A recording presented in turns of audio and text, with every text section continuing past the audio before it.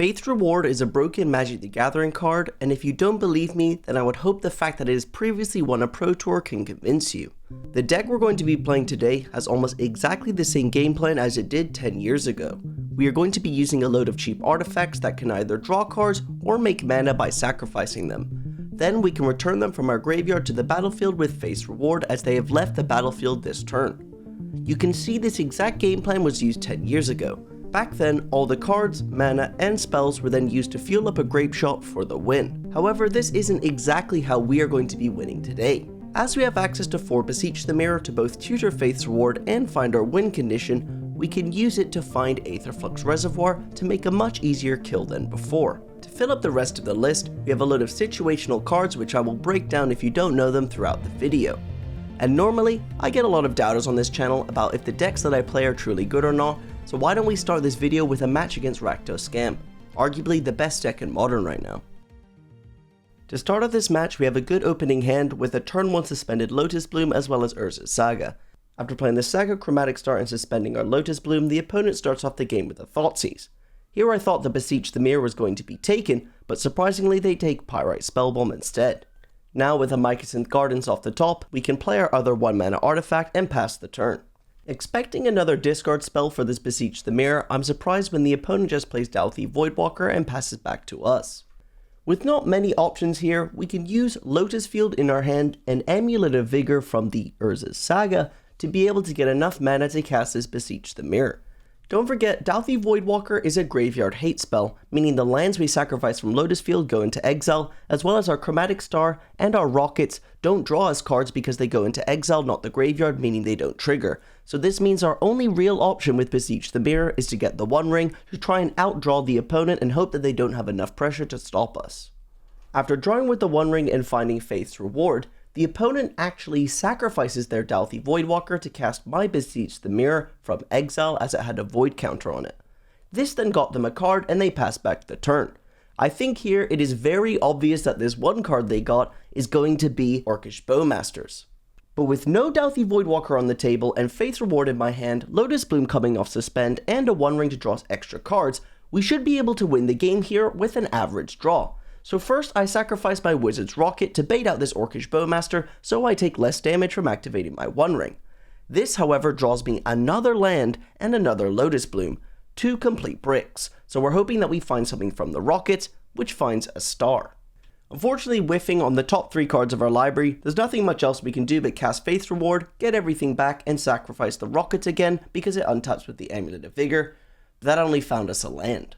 Potentially a greedy play to sacrifice the Rockets because it did pump up that Orcish Bowmasters, but the opponent just casts a Thoughtseize, attacks, and passes back to us. After taking a draw step and drawing 3 cards with the One Ring, we have an interesting set of cards. We have 2 Reshapes and a Faith's Reward. Reshape is a really strong card in this deck, and that's because it lets us sacrifice an artifact to search our library for an artifact with converted mana cost X. So this can either get us Lotus Bloom, or if we have enough mana we can get Aetherflux Reservoir, or even Bolas's Citadel. And this is even better for us because sacrificing an artifact is good for Faith's Reward, meaning we're gonna get this One Ring back for free. So the first artifact I've got to get, Lotus Bloom. We need that Black Lotus so this Faith's Reward has a ton of value. Now with another Reshape in my hand, I can sacrifice this Amulet of Vigor to go get a Zuran Orb. This lets me sacrifice my lands to gain 2 life. That typically isn't a good effect in Modern, but because the lands go to our graveyard, Faith's Reward will see these lands and bring them back.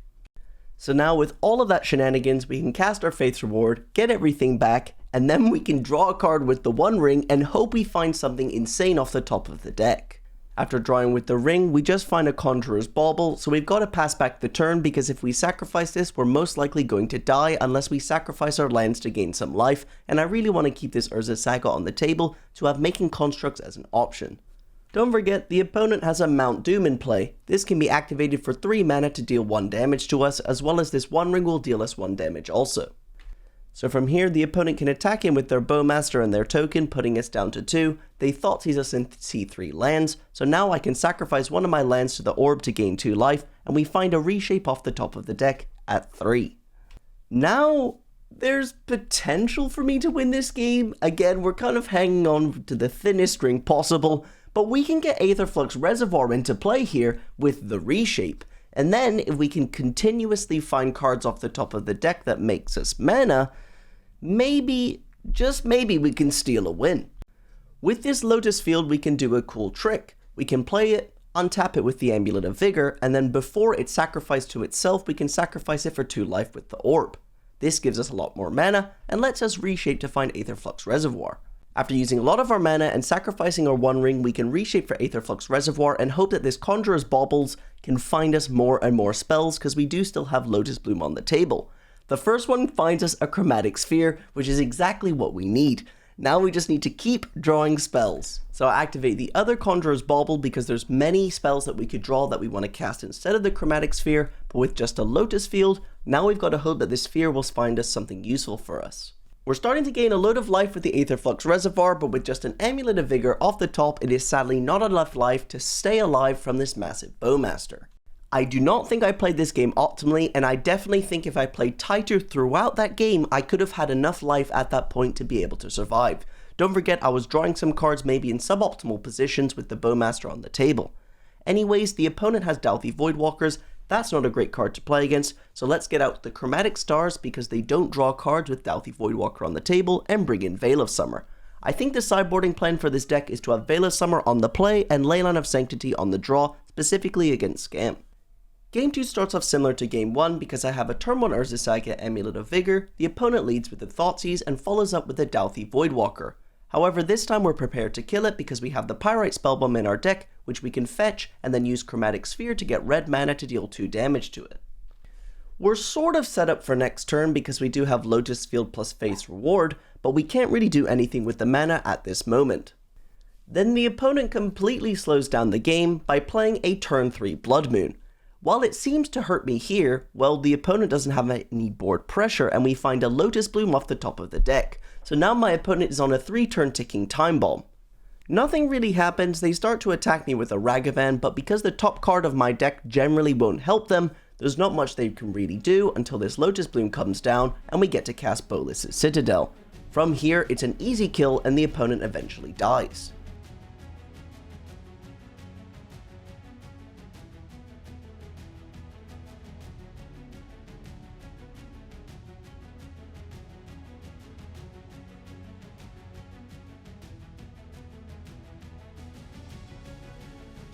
Like we discussed, we're going to take out 4 Veil of Summer and bring in 4 Leyline of Sanctity, and this helps us for Game 3 because we have turn 1 Leyline of Sanctity, and they most likely were leaning on some sort of discard strategy because they just play a tapped Blood Crypt and pass back the turn.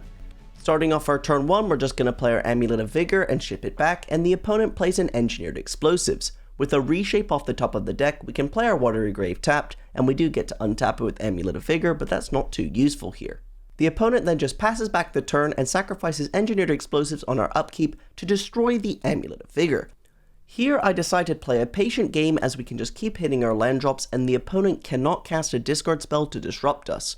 So while the opponent does have a Dash Ragavan to start attacking me for 2 damage each turn, I'm not concerned because if we just hit our land drops, we'll eventually win the game.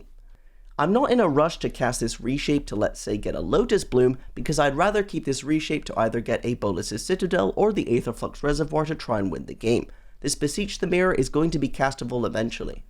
With the Pyrite Spellbomb off the top, we do have access to red mana to kill this Ragavan because Mycosynth Gardens lets us filter colorless mana into colored mana. I was expecting them to have a scam spell, but I just want to try and slow down the opponent, and they did have to sacrifice a treasure to keep this Ragavan around. Now with a Lotus Field off the top, we can play that and sacrifice 2 lands and not be too concerned because next turn we're going to be fixed on our colors.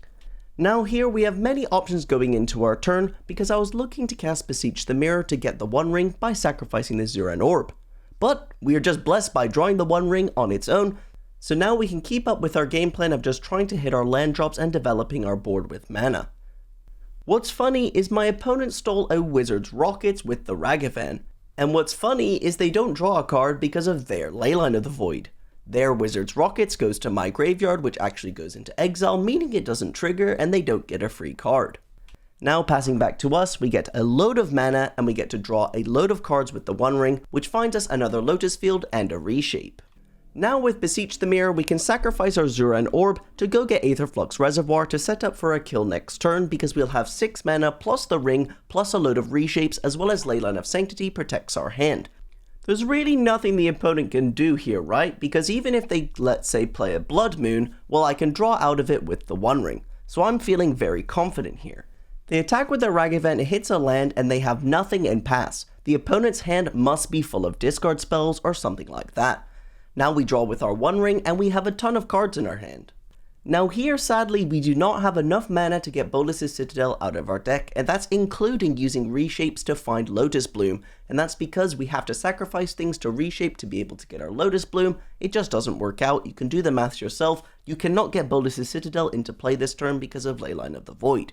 But what we can do is gain a ton of life, so the opponent can't kill us by attacking.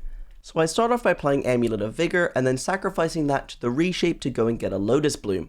Then I did the maths myself, and I realized that I'm not able to get Bolas's Citadel into play this turn, so I started to gain a load of life with Conjurer's Bauble, drawing a card, finding a Chromatic Sphere, playing that, sacrificing, finding another Bauble, sacrificing that, and finding an Urza's Saga, and passing. Now here's where something unreal happens. My opponent attacks me with Ragavan and hits Bolas's Citadel off the top of my deck. So they just hit a 1 in 31. Now this isn't really a problem because we have reshape, we can draw a load of cards with our One Ring, so I was feeling pretty confident here anyways that we were going to win.